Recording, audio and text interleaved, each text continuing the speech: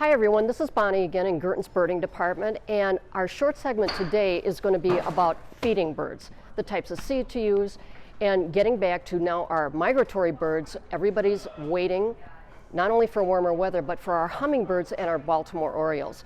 So this, I think this is just a great little feeder because it's got a jelly cup in it.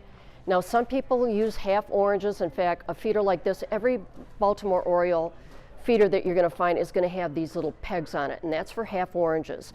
The reason I'm not crazy about it, and I've been feeding Orioles for probably 15 years, and in the heat of the day, if it's 90 degrees and sunny, the oranges start to shrivel up and the Orioles won't touch them. And then you got ants and you've got flies all over them. So why waste a good orange, as I always say? Get grape jelly. Does it have to be grape jelly?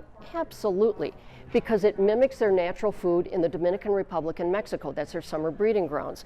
So don't think that you can get away with strawberry jelly. Someone said on Facebook, I give them orange marmalade because I know they like orange. It is not recommended.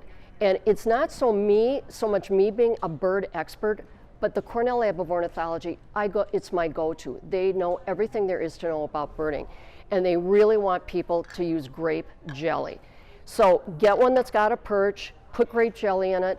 Does it have to be grape jelly that doesn't have high fructose corn syrup? No, it does not have to be. You can go to Aldi, you can go to Cub, you can get your grape jelly. Doesn't matter if it's Welch's, Smucker's, or just a generic brand. Because even though it does have high fructose corn syrup in it, Cornell Lab said that for the short amount of time they're here and for as much as they eat of that, it's not going to do them any harm whatsoever. So grape jelly, not grape jam, not strawberry jelly. It's got to be grape jelly. Now we're talking about our hummingbird. Now hummingbirds, I can't stress this enough, and thankfully people are starting to follow the lead. Make your own nectar. Never, ever, ever put any kind of red food coloring in there. The hummingbirds don't need it. And if you say to me, well, I've got a yellow hummingbird feeder and that's not one of their favorite colors, so I have to use food coloring because it's red. No, you don't. The way I got my first hummingbird is I put a red ribbon on a hook or on a tree branch. A hummingbird happened to see it flipping around in the wind. It came right down. And once they come down and see a feeder, they'll come back time and time again. How do you make your own nectar? You can Google it, but the easiest way is you boil 4 cups of water.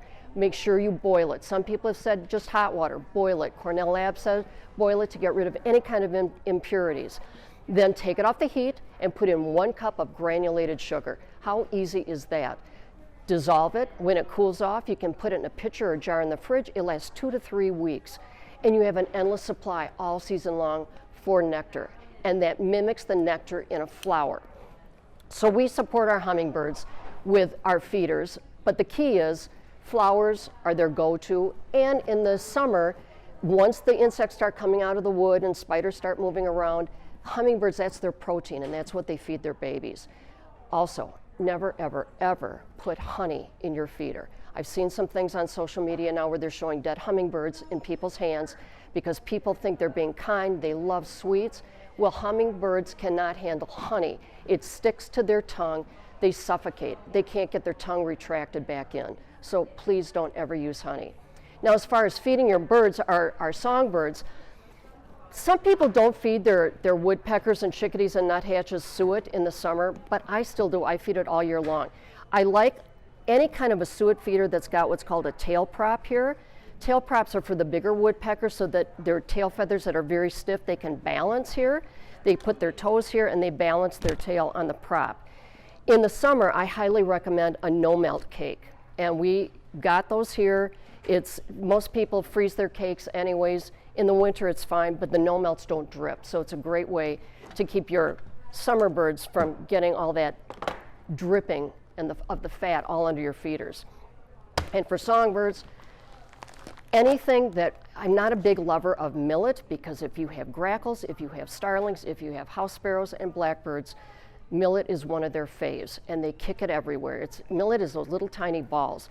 Well, a good songbird mix should have sunflower seeds, it should have safflower, it can have the hearts of the sunflower seed, but the key is there's no waste on that, and that's what's so great. You get the best songbirds. And goldfinches, people think all they like is thistle. Not the case.